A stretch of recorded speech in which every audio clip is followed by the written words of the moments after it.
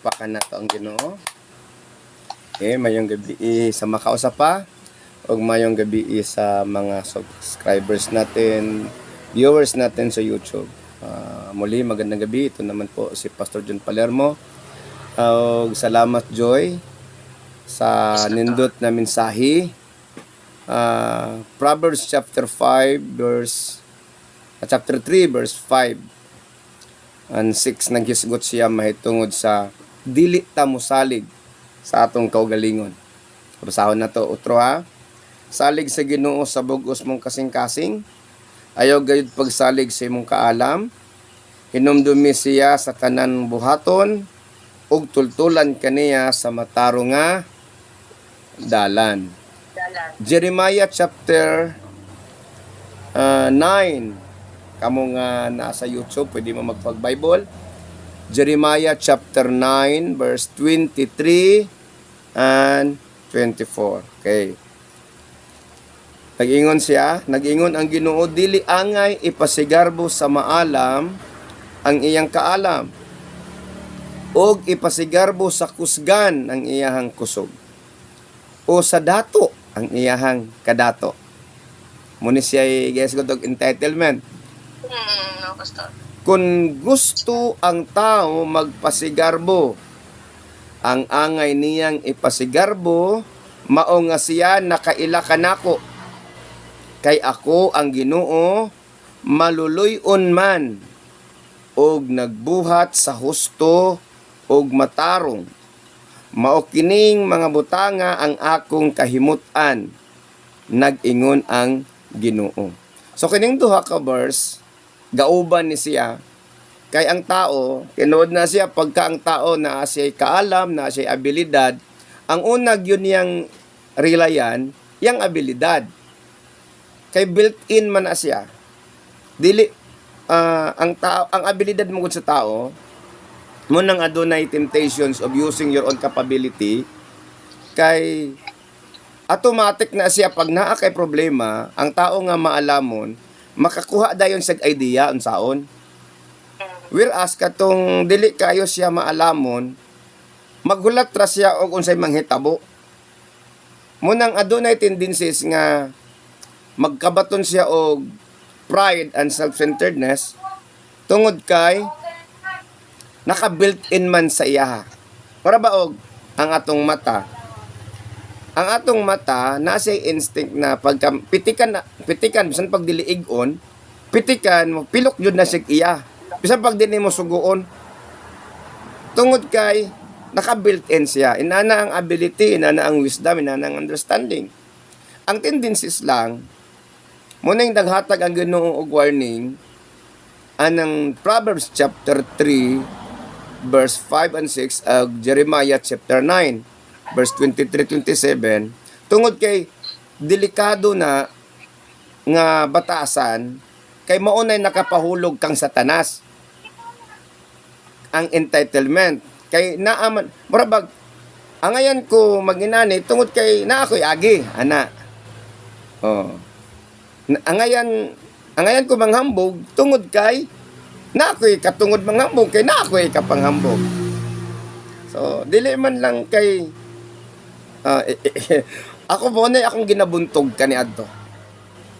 Og hantod gani karon ang tawag sa PCM sa kuha ang ministry ginipadagan ra nako og ability. Gitawag mga kaigsuonan dating sa simbahan. Naniingon sila nga kanang kay Palermo abilidad ra na dili na dihog. Pero they're entitled on sa ilahang observations. So karon katong title nga gisgutan nato kaganin na matud pa ni Sister Joy, let go and let God. Kay kitang tanan, let go and let God. So kaganin nag-emphasize niya, let go your worries. Kay kanimong worries, bisan pag i-let go nimo ni, mugunit ni sa imo. Di ba? For how many times nakadungog ta og word of God, do not worry, do not fear. Na-memorize naman ganan natong uban bersikulo about do not fear, do not worry. Pero dili na nato malikayan as far as human is concerned kay usbo na ako pagingon naka-built in. Yeah? Murabag amplifier nga dili nimo pwede butangan ang usa ka sound system og naka-built-in nga amplifier nga i-connect nimo sa other amplifier unless i-condemn nimo na nga amplifier isa. Amen. Sabtan ninyo ko? So inana siya. Dili pwede nga ang imong ability plus God's provisions and help magdungan kay dili nimo siya ma-recognize. Munang naagyod kay ilit go. Ilit go nimo imong your own ability. Ilit go nimo ang imuhang own wisdom, on understanding. Kay nga naman mo na hindrance nga ang Ginoo dili mo lihok, dili siya mo take over. So, that is why God allows circumstances that beyond our control. Nya kay balo ba mo nga ang circumstances sa tao nga itugot sa Ginoo nga beyond your control is health. Daara gyud wala na ilain. Because we cannot add years sa atong kinabuhi. Kung tagaan ta sa Ginoong Dios og problema about sa ekonomiya, sa pangwarta, sa trabaho, dali ra ta makapangitag alternative pamaagi. Kaya nga naman, we can produce, we can invent, we can kanang makakuanta, makadiscover ta. Ay, ngayon ako ni. Pero pag magisgot na ganita og serious illness, nga ang nakasalalay, life and death, wala na. It is beyond our control. Munang nanghitabo kay Job. Si Job, nidepend man si Job because he was thinking na entitled siya sa blessing kay tarong baya siya. Tarong manggid po si Job. Everyday naghalad siya sa Ginoo pagka magbangkiti yang mga anak. Pero here comes nga niabot sa iyang panahon na niingon si Satanas, nangalagad raman na siya kay Ginoo sa imo, kay imo magipanalaginan, imong giyatagan og mayong panglawas. Amo nang nakakuha permission si Satanas sa Ginoo nga sakiton si Job pero gitagaan siya limitations. So si Job, until such time nga gipangutan na siya sa Ginoo, asa ba ka Job? Sa diyang gilidaw na akong foundation sa kalibutan, kaning mga ihalas nga mananap, dis ang mga kong mga anak ni sila, nakasayod ba ka ni ana? Diningon si Job, Lord, pasaylo ako kay kining akong baba nagpataka ragyog yawit sa mga butang nga wala na ko isabti. And sometimes natin mga butang nga wala na to isabti, nga naghuna-huna ta nga nasabta nato apan wala di ay. So let go your entitlement, your ability, as well as your anxiety, your doubts and fear. Kay kanang doubts, fear, anxiety, because anana sa imuha, because naguna-una ka nga, kanang murag din ako makaya ni ba? Ano ba? Di ba? Kay kung makaya ni mo, wala ka anxiety. Murag din na gina ko ni makaya. So kaya ba na ka nga, di ni mo makaya. Then the worries take over, take control. The anxieties take place. Kay imong mindset na kay ba dili ni mo makaya. And that's the very moment nga moingon ka di na ko na makaya, mukatawa ng Ginoo. Moingon siya sa ato. Lagi no, dili man lagi ni mo makaya no. So you need me. Ano siya? Kaya Amen. kinanglan nato ang Ginoo. Mabitaw ng uban nga walay Ginoo, magpakamatay sila. Desperado sila nga naman. Kaya sa panahon nga dili nila makaya, malost pod ang ilang hope. Malost pod ang ilang confidence. So mong manghitabo, mamatay gyud sila kay magsige na sila kunahuna nga wa na. Matod pa ni pastora, di naman mao na masuro akong katapusan pa. So yung katapusan, it's pylori ra na. Kanya paghuman, pagtawat na mo sa resulta, gool po tong naa dito sa Healthway sa laboratory. So sir, positive lang gyapon ko nga. Subit. Positive papil ra na. Amen. Dako pa kong Ginoo na. Oh, ano ba? Amen. Okay? So, let go those negative spirit, those chains, gatong mga kadina sa imuhang una-una, nga nagpugong sa imuha, nga dili nimo masinati ang kagahom, ang kapangyarihan ng Panginoon. The power of the Lord that do a certain thing beyond your imaginations. Mobitaw ng ingon ang Ginoo, i-enhance niya si Jeremiah. Jeremiah nasa desperations nga situations. Ingon siya sa Jeremiah chapter 33 verse 3, call unto me and I will answer thee. And I will show thee great and mighty things. Because ang situation ni Jeremiah is beyond the borders of his imaginations. It's a grabe na, dili na makaya ang pagdaog-daog, ang kaliso, dili na makaya. Unbearable. So, ana nga panahon nga unbearable na nimo, then mo na pinakanindot na situations because that is brokenness. Kanang dili na ka makakaya, that is brokenness. And sometimes,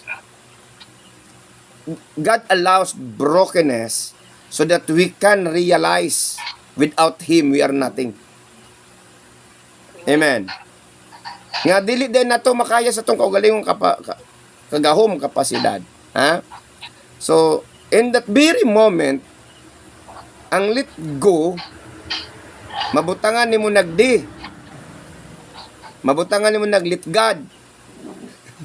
Let God take control, take the wheel, take over. Ang tawagan na, pag moingon na ka Lord, bahala na ka Lord. That is the time nga nakabaton, nakag-trust and confidence sa iya ha. Yan sa igingon sa diyang nahadlok ang young prophets sa panahon ni Elisha, nga gisulong sila sa taga-Assyrian. Niingon siya, alas, my father, daghan kayog sundalo, 5,000 soldiers, nga nagpalibot sa ilahang lugar. Unsay giingon siya, ayaw kahadlok kay ang naa nato, mas daghan pa kaysa naa nila. Unsay giingon sa New Testament, di ba? Ingon siya, do not worry, do not fear, the spirit that is in you is greater than the spirit that is in the world. If the Spirit of God resides, if the Spirit of God's control, if the Spirit of God take over sa imong kinabuhi, then the Spirit of God is greater than your sickness. The Spirit of God is greater than your problem, your circumstances. So, dili ka matandog.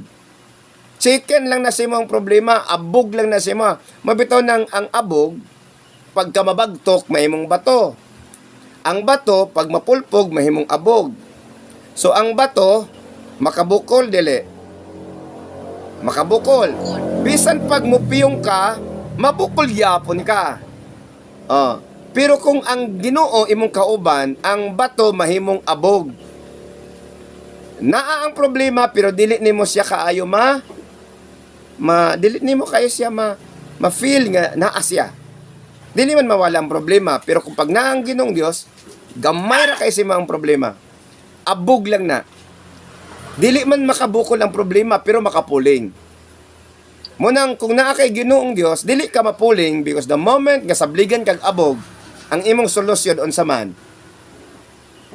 Ang solusyon pag sabligan kag abog para di ka mapuling. Piyong. Piyong. So ang sekreto para ang abog dili makadulot, prayer. Close your eyes, surrender to God. Munang ingon siya sa Isaiah chapter 41 verse 10, do not fear for I am with you. I'll be your God. So kung tanaw ninyo na so do not fear for I am with you, do not be dismayed for I am your God. I will strengthen you when you are weak. Ingon siya sa Isaiah chapter 40 verse 29, He give power to the weak and strength to the powerless. When God take over. Pero kung dili mo siya i-allow nga mo take over, mamiserable gid mo kinabuhi. Kaya dili mo pud ang Ginoo mo take over. Pag mingon ka Lord, bahala ka, ayaw ko buti Ginoo. Because we are pre-moral agent and God will not intervene that that freedom dili niya na kina panghilabtan. So malaglag ang tao tungod sa iyahang gusto. Mura bag si Adan o si Eva, wala man gibabagan sa Ginoo si Satanas. Gibabagan ba di ay? Wala, because not a freedom. So karon ang sa giingon niya, kung naatay pagsalig sa iya, naatay pagsalig, trust, ang Ginoong Dios ingon siya, I will never leave you nor forsake you. So nagadepende na karon sa imuhang mindset kung kanang imong worry, kanang imong fear, kanang imong doubts, kanang imong anxiety, mao ba na imuhang pakontrolon sa imong hunahuna o ang Ginoo ba ay pakontrolon sa imong hunahuna? Kay bisan pag pastor na, bisan pag dugay na nangalagad, pag abot sa problema, makalimot nga Kristohanon dahil siya. Inlabin na kung magisgot nag-health. Kana ino nag ugma-ugmaon na lang ka. Mabitaw nga pag ingon ako, paggadawat nako sa imuhang salty joy, I pray and I ask the Lord. Ang ingon sige no de. It is all about awakening. It is all about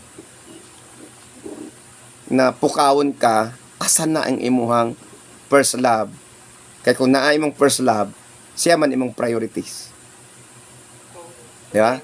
So kanus aman ta ka na magampo nga makahilak ug magluhod. Katong dagko na kitang problema, katong di na nato makaya, di na nabiyan our control. Isa ka kanta makahilak na ka. Amen. Paborito nimong kanta, makahilak na ka. Okay. Muna nga, the difference between let go and let God is D. So, try to remember these things, ha. Ang D, nag-stand sa ito ang destiny. Ang letter D. Pag ang imuhang kinabuhi, ibutang nimo ang Ginoo. Ang let go nimo, may less than nimo let God. When you omit the let God, ang mabilin let go. Kanang D, naghisgot siya sa destiny na to. Unsa atong destiny? Kingdom of God. Pag mamali ka karon ana, og let go, ang imong malit go, ang word of God. Ang imong malit go, ang presence of God. Ang imong malit go, ang imong faith. Muabot ka dito sa destiny nga miserable. Muabot ka sa discouragement, sa frustrations. Munang daghan kag mga whys, mga pangutana. Why, Lord? Okay. Munang unsay importante ma-develop sa letter D, dapat naa kay determinations sa matag desisyon ng imong buhaton. So letter D gyapon no, desisyon. Determinations. Sa gikaingon ko na, to trust the Lord is to surrender your will. Kanang moingon na ka ba, Lord, not my will but your will be done. Amen. So kamo diya sa YouTube na may mga panahon nga mahadlok ta, I do not know kung nabay mga serious or terminal na stage of sickness and disease nga nasa inyo ha. Ay balo mo, si Hezekiah, ginan siya sa Ginoo nga set your family in order for you will die. Anang adlaw pa jud? Unya, giinan sa Ginoo si propeta Isaiah, ingna si King Hezekiah nga mamatay na siya karon, iyang pamilya iyang iplastar. So kung ikaw ingnon karon nga karon kang adlaw, arang-arang na lang ng ugma-ugmaon kaysa karon. Pero unsay gihimo ni King Hezekiah? Kay balo siya nasa sakit. Okay. Pero unsay ang gihimo? Talikod siya sa propeta, nihilak siya kusog, Nagpakiluoy siya sa Ginoo og niingon siya, Lord, hinumdumi ang akong pagbinuotan. So karon if ato ang pananglitan, sundugon ang gihimo ni King Hezekiah. Naa ba pud kahay mahinumduman ang Ginoo sa toa? Unsa man pud kahay mahinumduman sa Ginoo sa toa? Kay ang tanan natong gibuhat, ingon ang Biblia, nakatali, nakasulat. Ganit dayag siya ang atong gibuhat sa tago ug sa dayag. Wala natago sa Ginoo. Munang kung mas naatay saligan ang Ginoo. Amen. Kung naatay ilitgo ang atong kaugalingon. Muna ingon siya, if you want to be my disciple, deny yourself, that is let going yourself. Deny yourself, take up your cross, and follow me. Amen. Amen. So, kamo, na mo i-let go, kamo nga nasa YouTube. So, tanan-tanan isulat ninyo, unsa may akong ipang-let go ha? Gadget addiction, i-let go na. Tanan-tanan nga dili iya sa Ginoo nga karakter and behaviors, i-let go. And let God.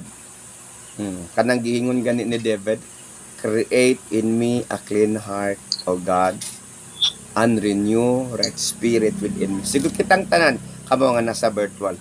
Create in me a clean heart, Lord, and renew the right spirit within me. I hope nga nasabtan na to. Salamat kayo. Let us pray. Father God, I declare your blessing be upon everyone nga naa sa virtual. Continue to touch them. Continue to reveal your purpose, O God. To unveil, O God, unsay nakatago, Ginoo. Continue to unleash, O God, unsay naani mo, Lord. Buhi ka na, Ginoo, ug ibubo ka na mo. Lord God, we want you. Kinahanglan ka na mo, Lord. And I pray, Lord God, nga ikaw nga Dios ang magabubo sa milagro nga magaabot kang biologyo. I release it. Sa tanang nagbalatian, I do not know kinsa pa'y nagbalatian, O God, nga mga anak nimo sa ladder to heaven, I release the grace of healing, the grace of miracles in Jesus' name. I declared, O God, the anointing of prosperity and abundance upon them. Nag-ingon ka, Ginoo, I have come that you may have life and have it abundantly. You come, O God. You came in this world to give us everlasting life and abundant life. You came, O God, to insure us. Nga dili mi Ginoo magkalisod-lisod, dili mi Ginoo mamatay sa sakit sa dili panahon, nag-ingon ang imong pulong. Matud pa ni David, Lord God, I will not die. I will live and declares the works of the Lord. Lord God, use us to declare your works. Among ibayaw, among ipadayag, Ginoong Diyos, ang imuhang pagkamaayo. And use us in Jesus' name. Including those who are watching us in YouTube. Watching us, O God, in